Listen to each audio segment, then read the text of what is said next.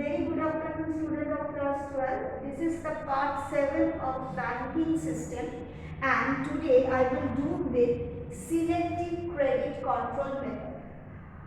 First, we have done with another credit control method which is known as quantitative credit control method, which we have already done. We have done quantitative credit control method. Under that, we have read about three instruments. One, change in bank rate. Number two, open market operation. And number three was or is change in variable ratio.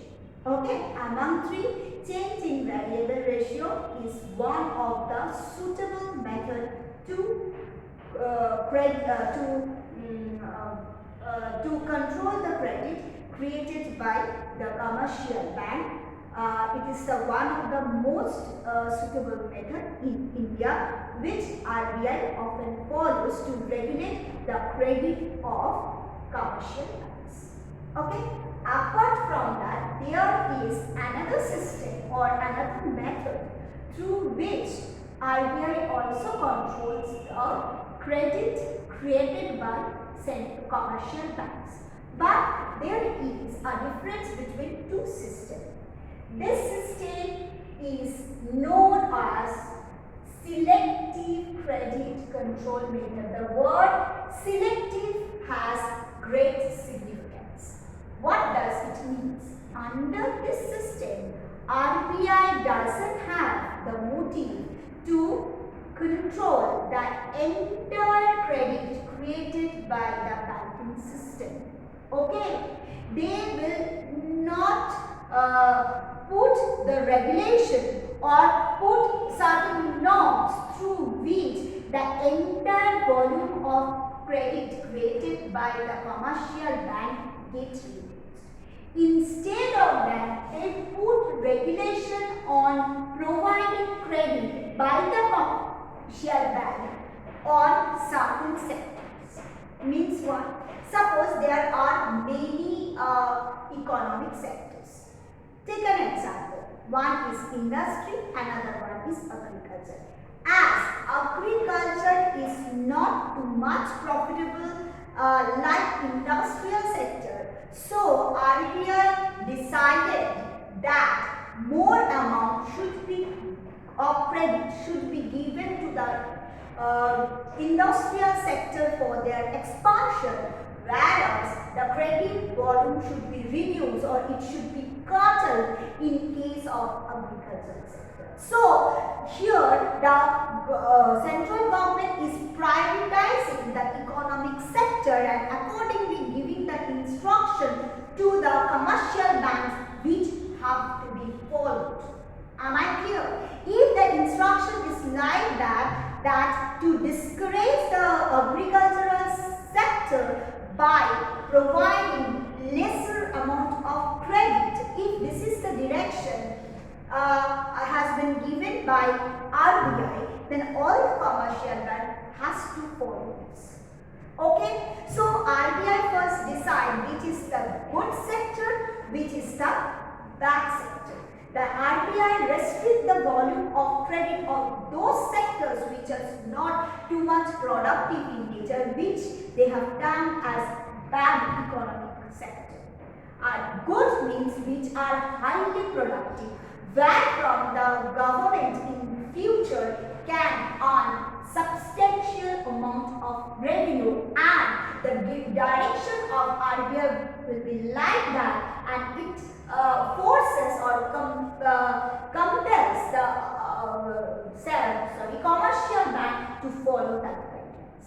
So in selective credit control method, RBI wants to select the credit volume of a certain sector but not the entire banking system. Okay, am I clear to you? Okay. Now, under this method, there are certain instruments which are to be used generally by the commercial bank as per the guidelines of RBI. Commercial bank cannot go for the selective credit credit control method without the permission of RBI. First one, credit rationing or ceiling on credit. In this situation, central government seal the volume of credit, means central government fixes the maximum amount of credit which to be granted by the commercial banks towards the different economic sectors.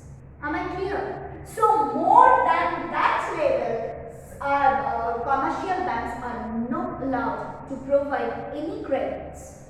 Clear? So in this way, the RBI can control the credit created by the commercial banks. Okay, so what will happen? Where the RBI will tell the commercial bank that in case of certain sector, you are not allowed to provide credit more than the maximum prescribed limit by RBI, the commercial bank cannot violate that direction. Okay, so what will happen? In case of certain sectors, the restriction will be imposed. Commercial bank will not be allowed to give the credit to those sectors which they used to give previously. Am I clear? So what will happen? Maximum amount of credit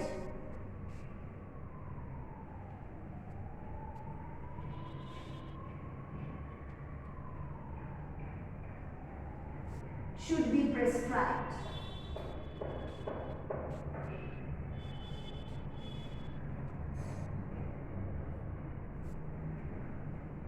Okay, understood. That is called credit rationing or ceiling on credit.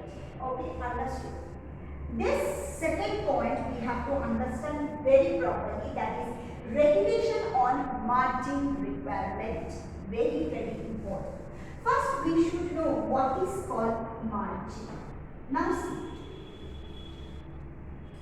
Suppose a farmer wants to take credit from a particular commercial bank. In that case, what is happening? What happened? That the commercial bank instruct that bank will provide. Suppose he needs a loan of 50,000. In that case, the central commercial bank provides the direction that you can get 40% of your amount as loan. So how much is coming?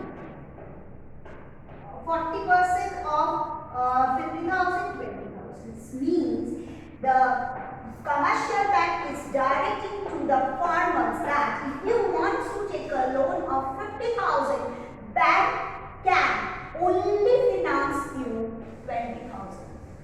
Okay, understood? And on which you have to provide security. That is a different question. So then what is the margin? What is the bank margin? That is 60. Means margin is that part of the amount on which the loan cannot be given. 60% portion, that is the 30,000, is not permissible for loan. 30,000 is not permissible for loan. That is 60% of 50,000 the farmer has to provide from its own pocket. Remaining is 40,000. The 40,000 is what? That on which the bank can provide loan. That is 20,000. Okay, 20,000 bank will provide and 60,000 farmer will provide from its own pocket. So what will happen? So if bank will increase the bank margin, then volume of credit to be given by the commercial bank to anyone will be reduced.